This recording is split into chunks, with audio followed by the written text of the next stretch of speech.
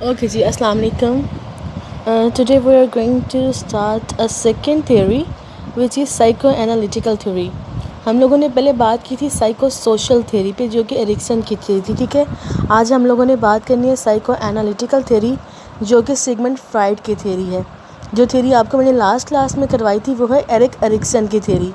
और उनका क्या ख्याल था? उनका ख्याल था कि पर्सनैलिटी की development through out the life होती रहती है, लेकिन ये जो थ्योरी आज हम लोग करने जा रहे हैं इनके अकॉर्डिंग क्या है, ये समझते हैं कि पर्सनैलिटी की डेवलपमेंट सारी लाइफ के पहले 5 सालों में हो जाती है। लाइक आपके चाइल्डहुड में ही आपकी पर्सनैलिटी डेवलप हो जाती है।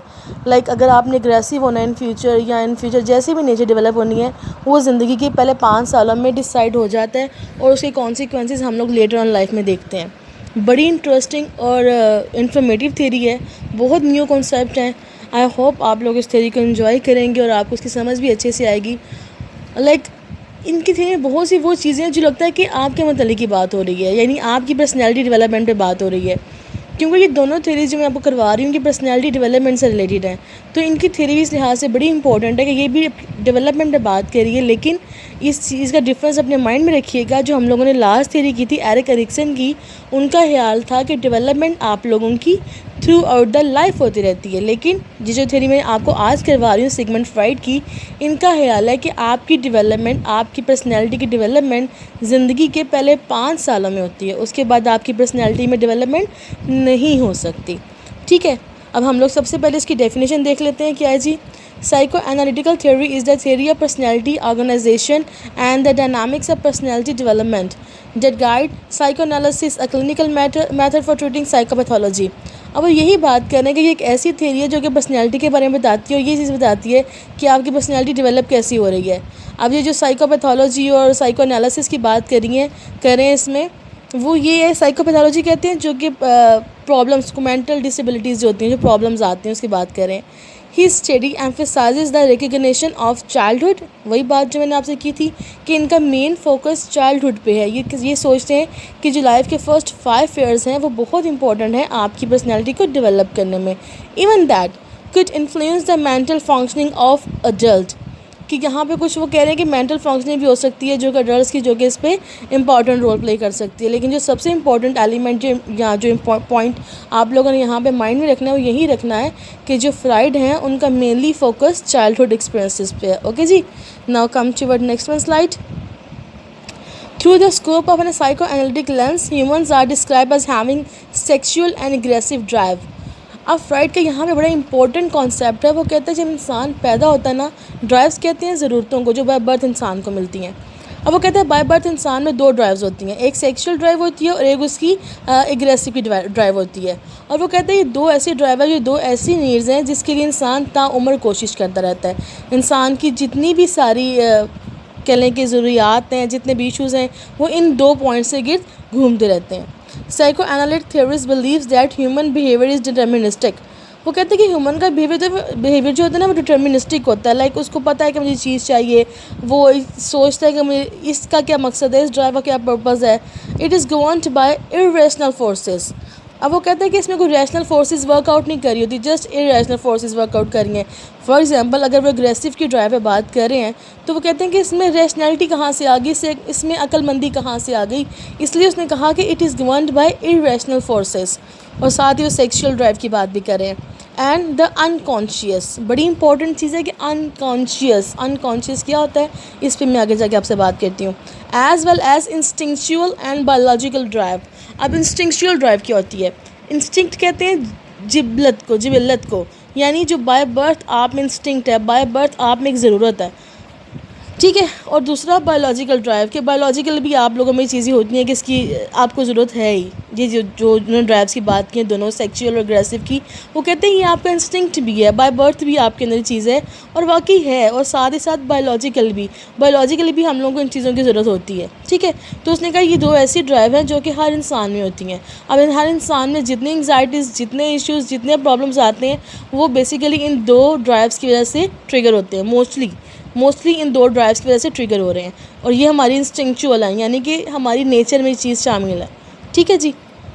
ये बेसिकली थोड़ा सा मैंने आपको बैकग्राउंड बता दिया, थोड़ा सा मैंने आपको बता दिया कि फ्राइड की थ्योरी किससे रिलेट कर रही है, क्या वो कहना चाह रहे हैं। पर्सनैलिटी स्ट्रक्चर, फ्राइड ने बड़ा इंपॉर्टेंट कॉन्सेप्ट यहाँ पे दिया। उसने बात की कि जी पर्सनैलिटी का एक स्ट्रक्चर होता है। एरिक्सन ने ऐसी कोई बात नहीं की थी, लेकिन फ्राइड कहते हैं कि हमारे पास पर्सनैलिटी का एक स्ट्रक्चर है जिसके अकॉर्डिंगली हम लोग रोल प्ले करें, जिसके अकॉर्डिंगली हम लोग बिहेव कर रहे हैं या अपनी ज़िंदगी गुजारें। अब वो स्ट्रक्चर क्या है जी, वो देखते हैं। Sigmund Freud maintained that the personality consists of three different elements: the id, ideate, the ego and the superego. उसने कहा आपकी पर्सनैलिटी के स्ट्रक्चर में 3 एलिमेंट होते हैं जो कि इम्पॉर्टेंट रोल प्ले कर रहे हैं। The first one is id, the second one is ego, the third one is super ego. अब वन बाय वन हम इन तीनों को देखते हैं कि id क्या है, ईगो क्या है और सुपर ईगो क्या है। लेकिन इस चीज़ को जहन में रखिएगा कि ये आपकी पर्सनैलिटी का स्ट्रक्चर है। हर बंदे की पर्सनैलिटी इंडिविजुअली, जितने भी आप लोग हैं, मैं हूँ, ये मेरी पर्सनैलिटी का स्ट्रक्चर है। मेरी पर्सनैलिटी में 3 चीज़ें होंगी, कौन कौन सी? Id, ego and the super ego. ना हम लोग वन बाय वन सबको देखते हैं। सबसे पहले बात कर लेते हैं इड पे कि इड क्या है। तो the id is the aspect of personality that is driven by the internal and basic drives and need. These are typically instinctuals. अब वो कहते हैं इड क्या है। इड, वो कह रहे हैं कि आपके इंस्टिंक्चुअली होते हैं। इड में सारी वो चीज़ें आती हैं जो कि बाय बर्थ आपको मिली हैं मोस्टली। अब उसमें कौन कौन सी हैं? एक हंगर के एलिमेंट की, भूख सबको लगनी है, प्यास सबको लगनी है, drive for sex and libido. Libido क्या होता है जी, यहाँ पे जो इंपॉर्टेंट टर्म यहाँ पे भी है, लिबिडो कहते हैं एनर्जी को, ठीक है। The id act as according with the pleasure principle. बड़ा इंपॉर्टेंट पॉइंट है जी, इड क्या है? आपका प्लेयर प्रिंसिपल है। इड का जस्ट मकसद इतना है कि आपको प्लेयर देना। इड नहीं सोचता कि मुझे इसके कॉन्सिक्वेंसेस क्या होंगे, इसके मुझे रिवॉर्ड में या पनिशमेंट में कोई चीज़ मिलेगी या नहीं मिलेगी। वो जस्ट ये सोचता है कि मुझे ये चीज़ चाहिए तो चाहिए। ये क्या है? हमारा इड है, यानी कि ज़िद। हम जो ज़िद करते हैं ना, जो हम कहते हैं कि यार ये चीज़ मुझे अभी के अभी चाहिए, बस चाहिए, वो मेरे को बात सुनने नहीं वाला, तो ये क्या है? ये हमारा इड है, ठीक है। और इड का बेसिकली पर्पस क्या है? हम लोगों को प्लेयर देना। अब वो player for the time Bing है या लॉन्ग लास्टिंग है, ये बात की बात है, लेकिन मोस्टली ऐसे player for the time being ही होते हैं। लेकिन इस चीज़ को याद रखिएगा, इड आपका प्लेयर प्रिंसिपल है। In that it avoid pen and seek player, कि इड आपका पेन, जो आपका इड है ना, वो कभी भी पेन को एक्सेप्ट नहीं करता। वो कहते हैं जी पेन वाला तो कोई काम ही नहीं है ना, उसको जस्ट वो चीज़ें चाहिए जो उसको प्लेयर दे रही हैं। अब वो जायज़ हैं या जो नाजायज़ हैं, वो इस चीज़ के बारे में नहीं सोचता। ये पॉइंट ज़हन में रखिएगा। Due to the instinctual quality of the id, it is impulsive and often unaware of the implication of action. अब वो कहते हैं id है हमारी इंस्टिंक्चुअल एनर्जी है, मीन हम अपने अंदर से इस चीज़ की ड्राइव है। तो क्या होता है कि हम लोग फिर ये नहीं सोचते कि ये करने के बाद हम लोगों की ये एक्शन करने के बाद इम्प्लिकेशंस क्या हो सकती हैं, या हम लोगों को इसके कॉन्सिक्वेंसेस में कौन कौन सी चीज़ें फेस करनी पड़ सकती हैं। फॉर एग्ज़ाम्पल, अगर आप लोग क्लास में बैठे हो, ठीक है, अब आपको पता है क्लास के रूल्स हैं, आप वहाँ पे स्मोकिंग नहीं कर सकते हो। अब अगर ऐसा को वहाँ पे कोई स्टूडेंट है जिसका इट बहुत स्ट्रॉन्ग है, वो ये बोलेगा कि यार आई नीड इट नाउ, मुझे अभी के अभी चाहिए। वो केयर नहीं करेगा इस चीज़ की कि this is a class, this is a university, I have to follow some rules and regulation, this and that. वो जस्ट ये सोचेगा कि यार I need to do smoking, that's it. तो ये क्या है? ये उस बंदे का इड है, ठीक है, कि वो बंदा कॉन्सिक्वेंसेस की या रिज़ल्ट की परवाह किए बगैर वहाँ पे स्मोकिंग करेगा, क्योंकि उसको प्लेयर चाहिए। वो तो पेन के बारे में सोच नहीं रहा, वो तो रिज़ल्ट के बारे में सोच नहीं रहा। तो ये आपका इड होता है। और हम लोग एज अ ह्यूमन बहुत बार यहाँ पे स्टक भी हो जाते हैं, ठीक है। आई होप सो इड आपको क्लियर हो गया है। इड क्या है? इड हमारा प्लेयर प्रिंसिपल है, जो हमें कहता है कि चाहिए ही चाहिए। अब उसके कॉन्सिक्वेंसेस क्या हैं, इसमें हम फोकस नहीं करते, ठीक है। उसके बाद हम लोग बात कर लेते हैं अपने सेकंड वन की, जो है ईगो। अब ईगो क्या है? हम लोग जो यूजुअली समझते हैं, हम कहते हैं जी ईगो कहते हैं बड़ी अक्कड़ है इसमें, दिस एंड डैट। तो मेरे बच्चा यहाँ पे ईगो वो नहीं है। अब फ्राइड के अकॉर्डिंग ईगो क्या है, हम वो देख लेते हैं। The ego is driven by the reality principle. अब जैसे मैंने आपको पीछे एग्जाम्पल दी कि इड क्या है? आपका प्लेयर प्रिंसिपल, कि उसने कहा कि मुझे अभी की अभी स्मोकिंग करनी है तो करनी है, बेशक क्लास है, बेशक टीचर है, जो भी है, मुझे स्मोकिंग करनी है। तो वहाँ पे ईगो क्या करेगा? ईगो उसको रियलाइज़ करवाएगा, ईगो उसको बताएगा कि नहीं यार तुम क्लास में हो, तुम नहीं कर सकते हो स्मोकिंग, ईगो आपका रियलिटी प्रिंसिपल है। ईगो बताता है आपको, चीज़ों को रियलाइज़ करवाता है कि यार उस फैंटेसी से बाहर निकलो, उस ज़िद से बाहर निकलो, चीज़ों को रियलाइज़ करवाओ।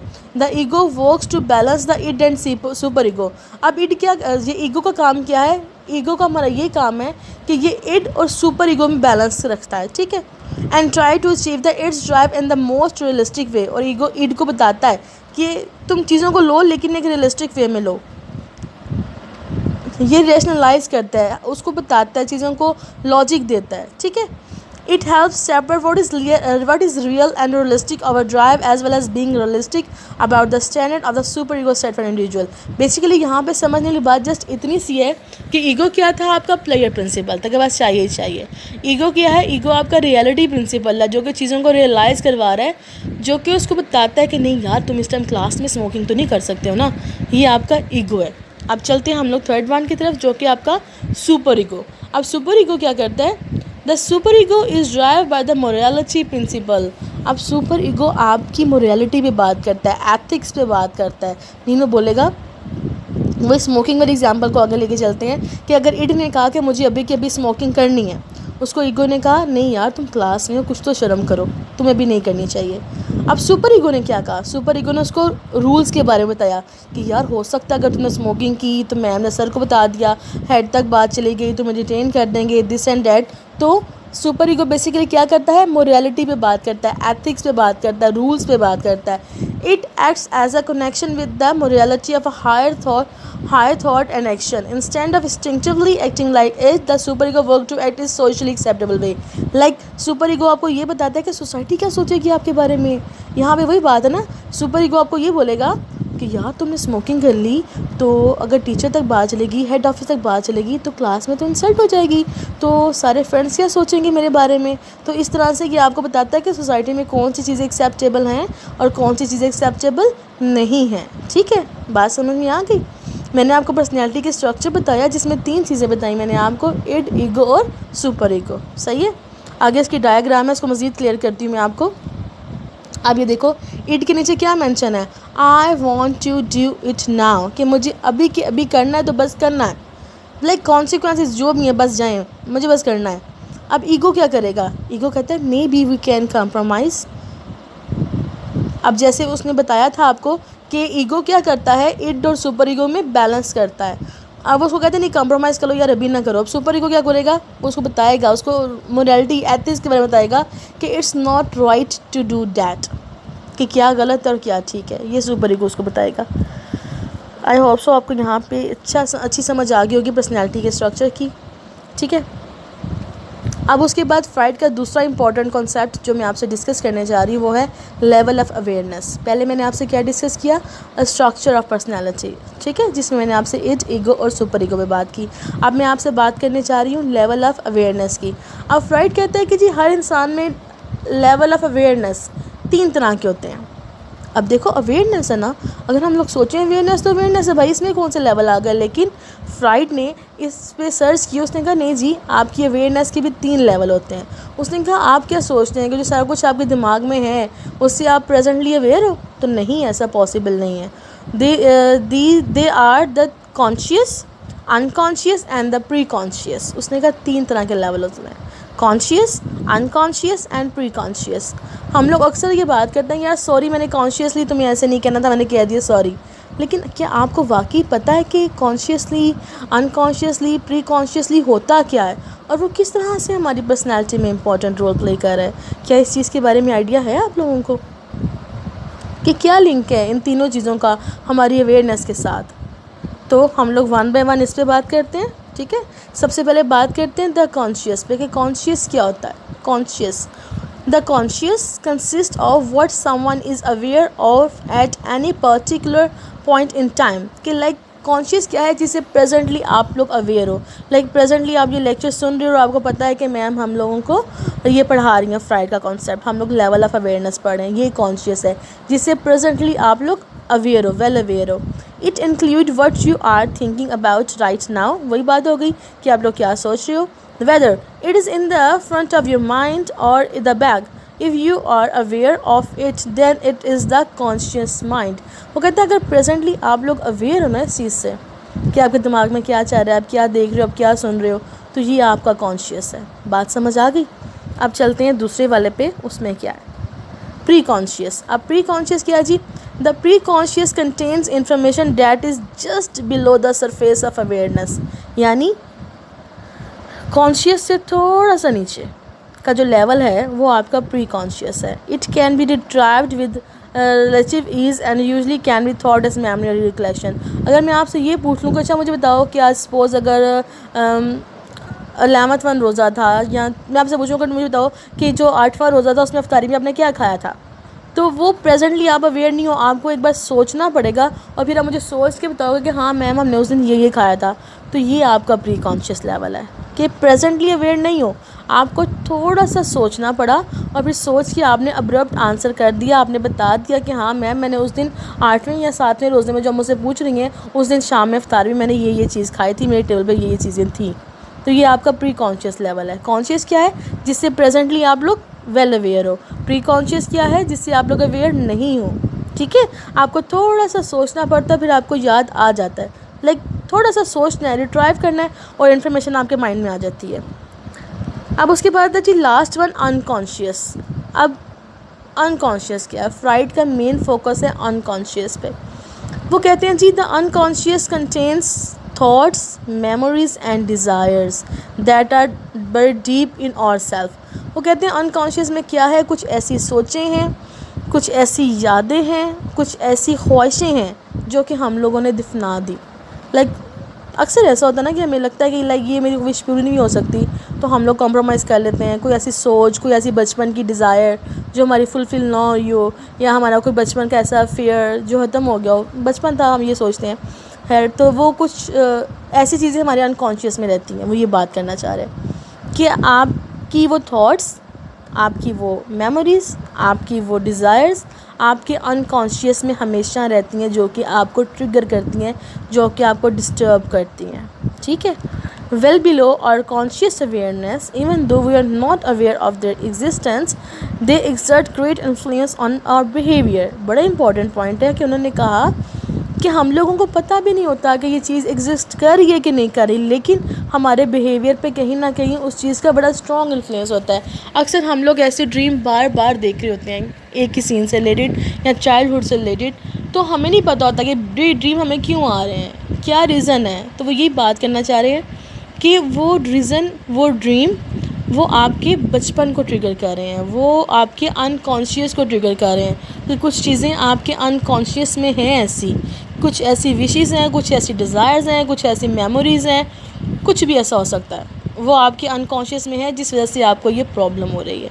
ठीक है, बात समझ में आ गई कि हमारे अनकॉन्शियस में भी चीज़ें हैं और वो हमें आसानी से याद नहीं आती। प्री कॉन्शियस में जो मैंने आपको चीज़ें बताई ना, उसे हम इजीली रिट्राइव कर लेते हैं, हम उसको रिकॉल कर लेते हैं, लेकिन जो हमारे अनकॉन्शियस में चीज़ें होती हैं वो हमें इजीली याद नहीं आती। हम लोग बहुत ज़्यादा उससे कह लें कि डिस्टर्ब होते हैं। जैसे मैंने आपको एग्जांपल दी कि एक बच्ची है, ये बच्चा है, उसको एक ही हाथ बार बार आ रहा है, वही इंसान बार बार हाथ में आ रहा है या कुछ ऐसा, तो अब उसके पीछे रीज़न क्या है? वो उसके अनकॉन्शियस में छुपी हुई है। अब साइकोलॉजिस्ट क्या करते हैं, हम लोग, मैं एज अ साइकोलॉजिस्ट, हम लोग उसके अनकॉन्शियस को एक्सप्लोर करते हैं, क्योंकि basically mostly problems, mostly phobias, mostly खौफ आपके बचपन से आपके साथ चले आ रहे होते हैं। तो एज अ साइकोलॉजिस्ट हम लोग आपके अनकॉन्शियस को एक्सप्लोर करते हैं, क्योंकि क्लाइंट को खुद भी नहीं पता होता कि प्रॉब्लम क्या है, क्योंकि तो वो बच्चा था, ख़त्म होगी बात उसके नज़दीक, लेकिन फ्राइड के नज़दीक वो बच्चा नहीं था। वो कहता है कि उसकी पर्सनैलिटी डेवलप हो रही थी, तो ऑब्वियसली ऐसी कोई, अगर ऐसा कुछ भी हुआ उसकी चाइल्डहुड में, तो उसकी पर्सनैलिटी स्पॉइल हो गई, उसके कॉन्सिक्वेंसेस हैं कि उसको ऐसे ड्रीम्स आते हैं, कुछ वो डर जाता है, कुछ ऐसा। तो हम लोग एज अ साइकोलॉजिस्ट उसके अनकॉन्शियस पे फोकस करते हैं, हम लोग उसके अनकॉन्शियस को एक्सप्लोर करते हैं, उसको बचपन में ले जाके। हिप्नोसिस एक मेथड है जिसमें हम लोग वो चेन सामने करके दिस एंड डैट, हम लोग वो मेथड यूज़ करके वो सारी बातें उसकी निकलवाते हैं और उसको फिर करते हैं। आपके लिए जैसे इतना ही है कि आपने इन तीनों में डिफरेंस देखना है कि इन तीनों में डिफरेंस क्या है। आपको समझ आ गया कॉन्शियस क्या है जिससे प्रेजेंटली आप लोग अवेयर हो, और प्री कॉन्शियस क्या है जिसको थोड़ा सा सोचना पड़ता है, और अनकॉन्शियस क्या है जो कि आपके बचपन की मेमोरीज थी जो कि बहुत ज़्यादा फेड हो चुकी हुई हैं। सही है, आगे चलते हैं, यूसी डायग्राम भी बात करें। अब देखो, अभी तक मैंने आप लोगों को पढ़ाया ये स्ट्रक्चर ऑफ पर्सनैलिटी, ईड, ईगो और सुपर ईगो, और कॉन्शियस, प्री कॉन्शियस, अनकॉन्शियस। अब देखो कॉन्शियस क्या है, जिससे सबसे ऊपर, जिसे आप प्रेजेंटली अवेयर हो, और वो कह रहा है ईड उसमें ज़्यादातर आता है। अब प्री कॉन्शियस उसके नीचे, और एंड पे आपकी अनकॉन्शियस। सपोज ये आपका माइंड है, ऐसे कह लो कि माइंड का जो आपका सबसे ऊपर वाला पार्ट है वो कॉन्शियस है, जिससे आप अवेयर हो। देखो वहाँ पे सबसे थोड़ी चीज़ें हैं, फिर प्री कॉन्शियस है और फिर अनकॉन्शियस, के सबसे ज़्यादा इन्फॉर्मेशन आपकी अनकॉन्शियस में होती है, और यहीं पे आपके ईड, ईगो और सुपर ईगो फॉल कर रहे हैं। ठीक है, यहाँ पे भी उसी चीज़ को एक्सप्लेन कर रहे हैं कि प्री कॉन्शियस क्या है और अनकॉन्शियस क्या है। हाँ, वेरी इंपॉर्टेंट क्वेश्चन। अब जैसे आपको बताई एरिक्सन ने स्टेजेस, हमने डिस्कस की साइको सोशल स्टेजेस। अब जो फ्राइड की स्टेजेस हैं वो हैं साइकोसेक्सुअल स्टेजेस। ठीक है, ये डिफरेंस याद रखना आप लोग कि साइको सोशल क्या होता है और साइकोसेक्सुअल क्या होता है। साइको सोशल जो मैंने बताया वो एरिक्सन की स्टेजेस थी, जो हम लोगों ने लास्ट लेक्चर में कर ली हैं। आज जो हम लोग करने जा रहे हैं फ्राइड की स्टेजेस डेवलपमेंट की, वो हैं साइकोसेक्सुअल स्टेजेस। 5 हैं इसकी stages. The first one is oral, the second one is anal, the third one is phallic, the fourth one is latency and the fifth one is genital. अब one by one हम लोग इन सब stages को देखते हैं और देखते हैं कि किस तरह से ये हमारे फ्यूचर को ट्रिगर कर सकती हैं। ठीक है, अब इसके अकॉर्डिंग हमारी पर्सनैलिटी डेवलप हो रही है जी। अच्छा, वो थोड़ा सा इंट्रोडक्शन बता रहे हैं, इन स्टेजेस पे देख लेते हैं। Freud's take on the development of the personality, it is the stage theory that believe progress occur through stage as a libido directed different body part। ठीक है, इसमें वो ये बात कर रहे हैं कि स्टेजेस के लिबिडो की बात जो मैंने आपको बताई थी, एनर्जी है कि डिफरेंट स्टेजेस होती हैं जो कि रोल प्ले कर रही हैं। अब उन्होंने ब्रैकेट में लिखा हुआ है oral, anal, phallic, latency, genital, the genital people meet all the needs. ठीक है, इसको मैं आगे आपको बताती हूँ, आपको समझ आ जाएगी। लेकिन जो बात वो मेन स्लाइड में बताना चाह रहे हैं वो ये कहना चाह रहे हैं कि अगर बच्चा किसी भी स्टेज पे स्टक हो जाता है, फॉर एग्जांपल वो स्टेज 2 पे स्टक हो गया, या फॉर एग्जांपल वो स्टेज 3 पे स्टक हो गया, उसकी प्रॉपर नीड्स को फुलफ़िल नहीं किया गया, तो इन फ्यूचर हम लोगों को उसकी पर्सनैलिटी में फ्लॉज नज़र आते हैं, उसकी पर्सनैलिटी में एरर नज़र आते हैं। वो आगे मैं आपको एक एक स्टेज बताती हूँ, साथ साथ एक्सप्लेन करती हूँ कि कौन सा एरर कहाँ पर हमें नज़र आ सकता है। ठीक है जी, आगे चलते हैं। ओके जी, these are the 5 stages given by Freud. The first one is oral stage. अब ओरल स्टेज क्या है, देखो ओरल स्टेज की ड्यूरेशन क्या है, 0 to 1 ईयर। अगर आप 1 साल का बच्चा अपने जहन में लेके आओ तो आपको क्या लगता है कि कौन सी उसकी नीड्स हैं या क्या हो रहा होता है उस स्टेज में। 1 साल का बच्चा है ना, कि जो ज़रा बोलना स्टार्ट कर रहा है, जिसने ज़रा सी क्रॉलिंग स्टार्ट की है, बोलना स्टार्ट अभी इतना नहीं कर रहा होता लेकिन थोड़ा बहुत।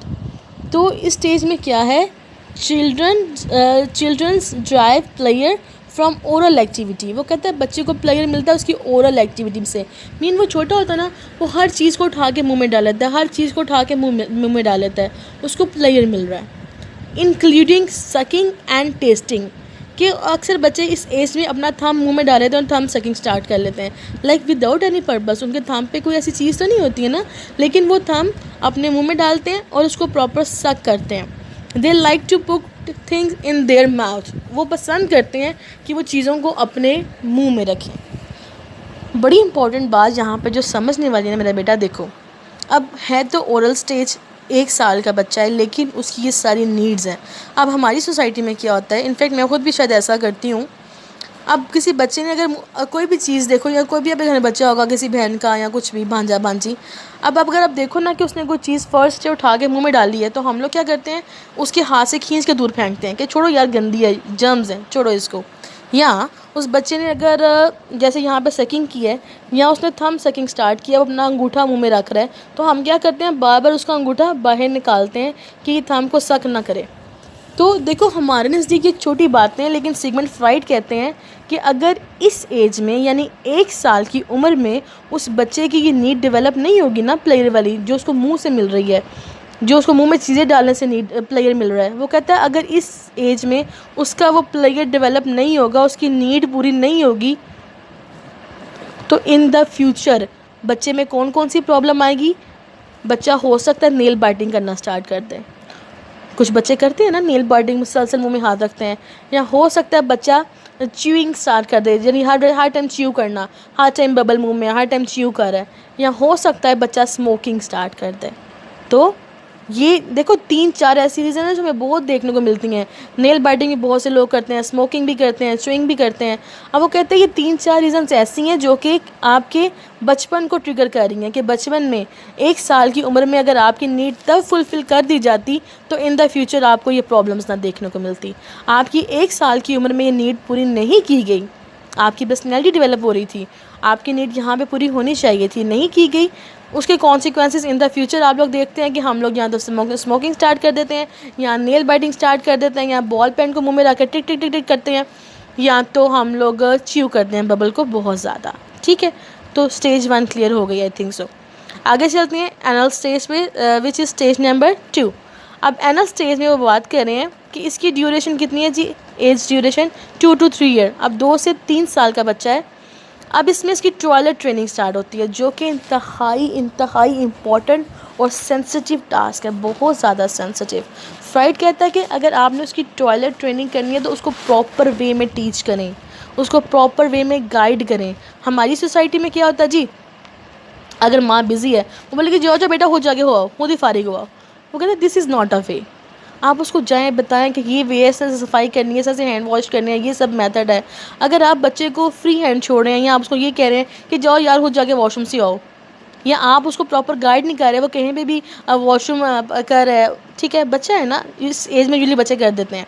तो वो कहते हैं आपके नज़दीक ये छोटी छोटी बातें हैं कि बच्चे ने अगर बेड पे वॉशरूम पास कर दिया, या बच्चा वॉशरूम नहीं गया, उसने आपको बताया नहीं है, उसने पैंटी में कर दिया, वो कहते हैं ये सब रीज़न्स क्या है, इससे उसकी पर्सनैलिटी पे क्या कॉन्सिक्वेंसेज होंगे अगर तो बच्चे की टॉयलेट ट्रेनिंग बड़े प्रॉपर वे में की गई है, तो उसकी पर्सनैलिटी इन द फ्यूचर बड़ी ऑर्गेनाइज और बड़ी नीट पर्सनैलिटी डेवलप होती है।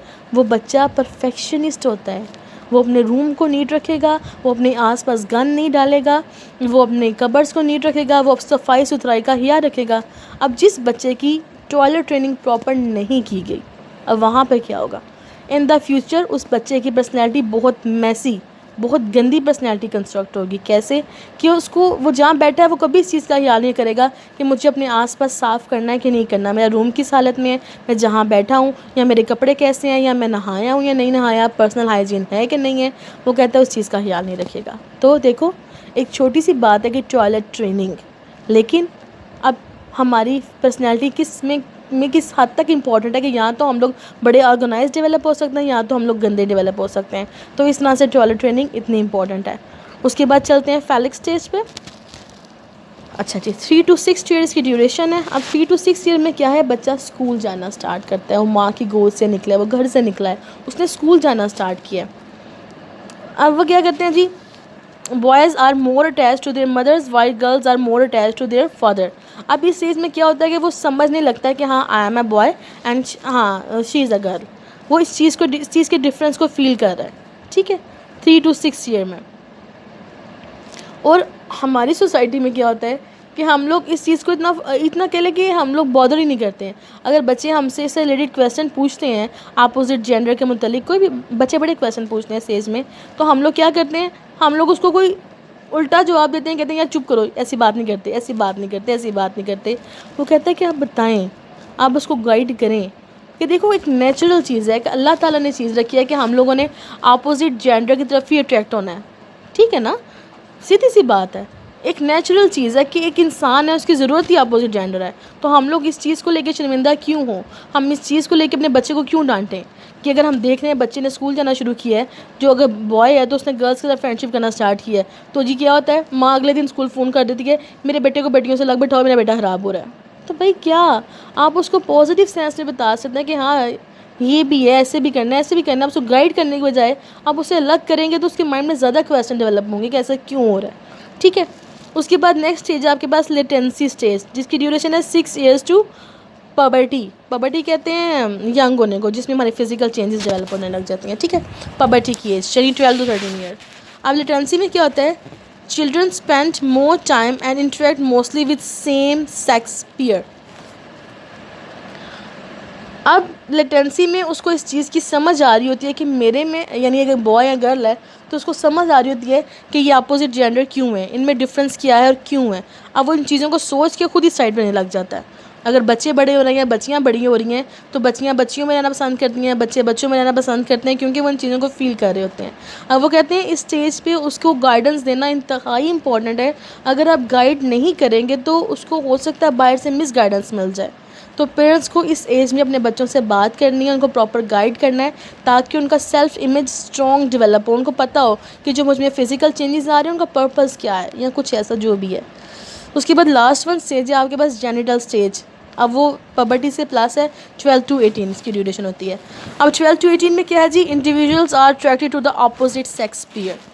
कि अब उसको समझ आ गया लेटेंसी में क्या हो रहा था, उसमें फिजिकल चेंजेस आ रहे थे, वो परेशान हो रहा था कि ये क्यों हो रहा है, वो क्यों हो रहा है, सब कुछ जो भी है।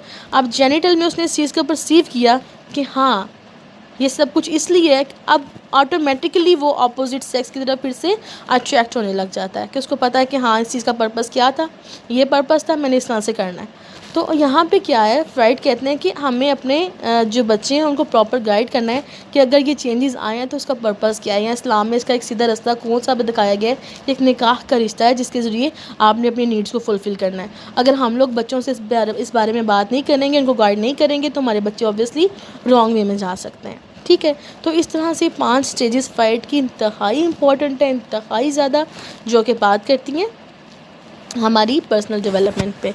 आगे चलते हैं जी, आगे क्या है।